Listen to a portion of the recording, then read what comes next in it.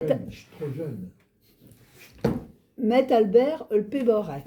Je m'en vais vous raconter l'histoire du péboret. On l'appelait tout Maître Albert. Un brave homme.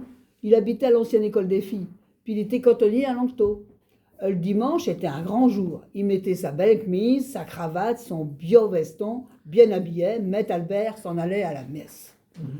Il se mettait jamais dans les premiers bancs. Il aimait mieux être au fond. Pourtant, le tué, il avait dit de se mettre plus haut dans l'église, parce que je crée qu'il avait donné des sous pour faire quelque chose dans l'église. Donc, il était bien vu. Pas forcément. Mais l'IP Barret, il aimait mieux être tranquille, pas se faire marcher, était bien là, au fond, à côté de la sortie. Puis un dimanche, le Péboret s'est habillé, chemise blanche, cravate, veston, comme tous les dimanches, mais il n'est pas allé à l'église. Il est allé à côté, au café, dans le coin, là, tous ceux. Puis le dimanche d'après et tout, puis l'autre dimanche, puis au col là au dimanche, puis plus jamais il allait à la messe. Tout le monde veillait le Péboret, là, au café, dans son coin, tous ceux, à sa table.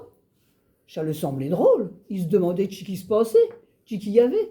Il était si malade, on ne savait pas, il disait rien.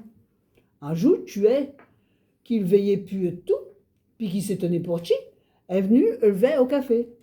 Bonjour mon bon père Barret. Comment ça va? Je ne vous vois plus à la messe. Pourquoi? Qu'est-ce qui se passe?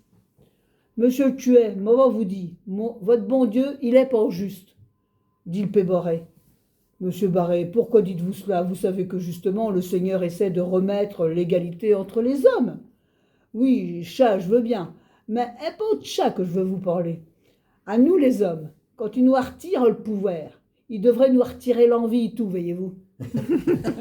Forcément, monsieur le tuet s'attendait pas à ça. Il avait plus rien à dire. Faut en avoir dans le paletot quand même pour dire ça un tuet.